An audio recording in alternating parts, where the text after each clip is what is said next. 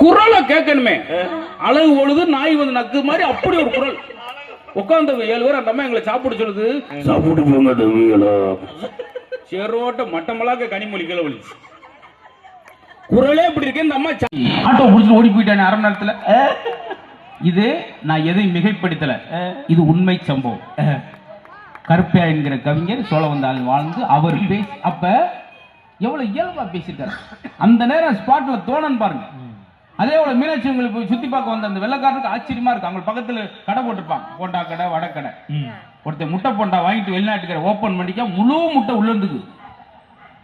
அப்படி கவு to possible, wow, எப்படி முழு ஒரு ஃபுல் எக் எப்படி உள்ள போச்சு, எங்க ஜிப் அங்க ஜிப் இல்லாம எப்படி உள்ள வச்சீங்க. இது ஒரு அவன். ஆனா கிராமத்துல நம்மளுக்கு மட்டும்தான் தெரியும் எவ்வளவு அழகான விஷயத்த இந்த வரவேற்பு கொடுப்பாங்க. மித்த ஊரில் நாங்கள் பட்டிமன்றத்துக்கு போவோம், அந்த விருந்தவங்க இருக்கா சார் கிராமத்து.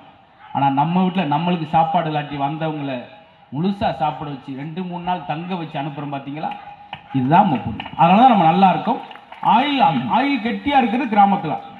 அன்னைக்கெல்லாம் ஒரு வீட்டுக்கு நகரத்தில் போயிருக்க நாங்கள் 7 பேரும் பட்டிமன்றத்துக்கு கேட்டு கதவை திறந்தோடனே அங்கே இருக்க பெத்த தாய்னா யார் தெரியுமா?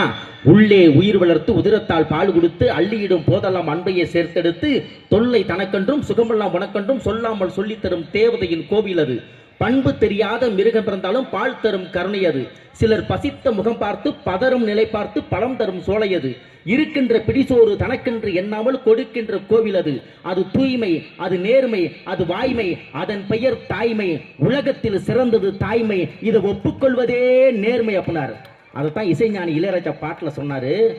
அம்மா அண்ணா சும்மா இல்லேடா, அவ இல்லேனா யாரும் இல்லேடா.